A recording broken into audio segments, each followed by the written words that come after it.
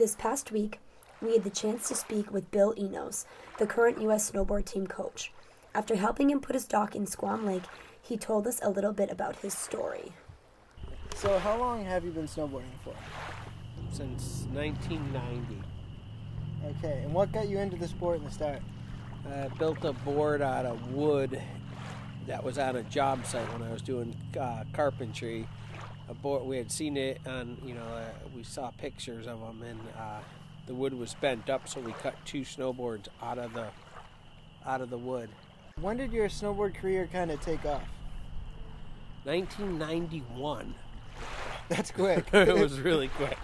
Yeah, I was pretty good at what I was doing. I entered some local races, and I won nationals in 1991. Within a year, I was at World Championships. And where did that kind of bring you along, like, on your travels? Do you have any personal experiences you'd like to share? Well, I went to Ischgl, to Europe for my first time. I went to Ischgl, Austria, just hopped on a plane, had no idea what I was doing, and just ended up there. But before that, when I was doing the pro tour, to get to those to that event, I flew out to LAX and hopped on my first 20 car wide road ever with a rental car and headed up to Bear Mountain, and it was ridiculous because I was scared as shit to drive in all that traffic.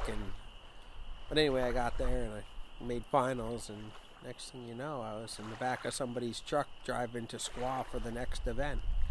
It all happened pretty quick because 96 was the Olympics. Jeez. 10 years? Did you ever have thoughts of being in the Olympics? Yeah, I was ranked 3rd going into Nagano and going into that year, and I failed miserably. I had a bad year, so I didn't make the Olympic team, and then I said, screw this, I'm going to start coaching. And Waterville wanted to really get their program going, so I don't know, they offered to fly me out to all these places, and I just, in the long run, just said I want to stay in Waterville. Throughout his 10 years at Waterville Valley, Bill has had a profound impact on the snowboarding community. Not only has he assisted numerous snowboarders to a professional level, but he has also invested his time and energy into every person he has encountered throughout his time there. It's hard to pick the best one. I could say Chaz Gouldman, Pat Moore, Tim Humphreys, Brandon Reese. God, the list goes on. Danny Garrity, Greg Maxwell. But the kids that really, every kid's kind of made it. All the kids are kind of cool. I kind of remember them all. Bill explains to us how he transitioned from Waterville to his current position as coach of the U.S. snowboarding team. Oh, yeah, so I did Waterville for 10 years, coached the program, and they finally developed a slopestyle team for the next Olympics coming up in Sochi, so they asked me to do the job 2 years ago, so I've done it 2 winters, and it's good. It's a little harder working for a big company, but I don't know, I just do my own thing. Now, on the other side of the situation as the Olympic coach, Bill explains his perspective of some of the harder aspects of his job.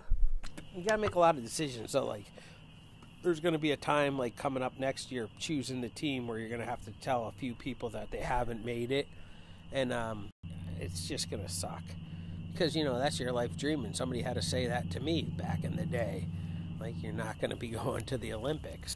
But looking back on it, who gives a shit?